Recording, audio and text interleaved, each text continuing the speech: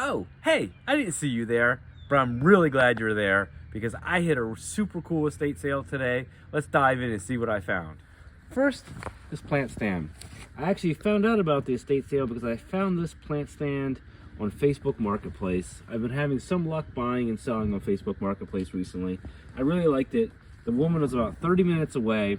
I couldn't meet her yesterday. I said, well, how about Saturday? And she was like, Saturday I'm having an estate sale starting at 10 o'clock in the morning. So I was like, I need to be there, pretty much when they open. I get there, all her signs there say 9 o'clock. So thankfully, the plant stand was still there and I was able to buy it. It was only $25. Slightly rickety, but it's got a great surface to it. It'd still be nice with maybe some primitive crocks, mortar and pestles, that kind of thing decorated on it. I also bought this really nice little mid-century planter with the flower frog on the bottom, but this is going to be a gift for my lady friend. She had a garage full of stuff. In the garage, nothing was priced, of course. Everything was just sort of laying around on the ground. But I did buy these 2 vintage welding helmets. So I didn't realize at the time, but there was a lot of mechanical stuff, a lot of tools, and a lot of like pamphlets for airplanes. And it was right next to an airport, right next to a small little country airport. Had these 2 welding helmets. I bought these, really like them, kind of vintage and neat.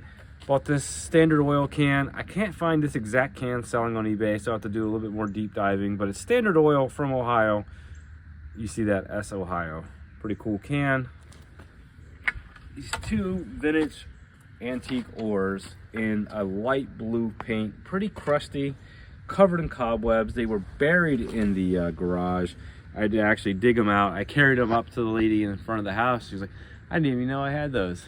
And so, yeah, I just sold a pair, probably a slightly better pair, but I just sold a pair for $150 at the Nashville show. And I had a couple people asking for prices after the show. So this is nice to find a second pair to sell.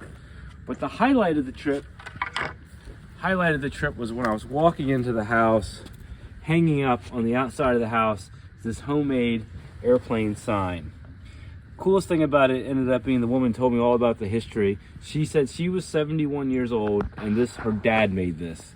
Her dad actually founded the airport. He was a farmer right there. They had a farm across the street and they founded the airport back in the 1950s. Founded the airport. He then actually gave the airport, or gave part of the airport to the county, and the county made it a county-wide airport. He taught flying.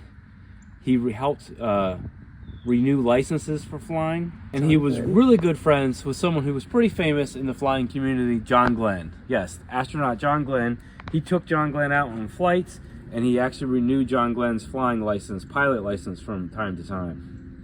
This is really cool. I just got it. I don't know if it works. She said she wasn't sure. I had to actually unscrew it from the wall with a little screwdriver she had. Little handheld screwdriver. It took like 5 minutes to get this thing off the wall. You can see. Well, let's go check it out and see if it works. Let's go see if it works. All right, moment of truth. Try not to shock myself or stab myself on. There it is. Look at that. It lights up. That's so cool. Oh, that's neat. Thing's covered in dust. That's so cool. Been in the guy's front of the house forever. Probably made it in the 60s, maybe even 50s when he first started flying there. That's so cool. Yeah. Found his obituary, and he was a member of the Flying Farmers Association, I believe it was called. Really cool thing. I'll look that up and put that in the video. So yeah.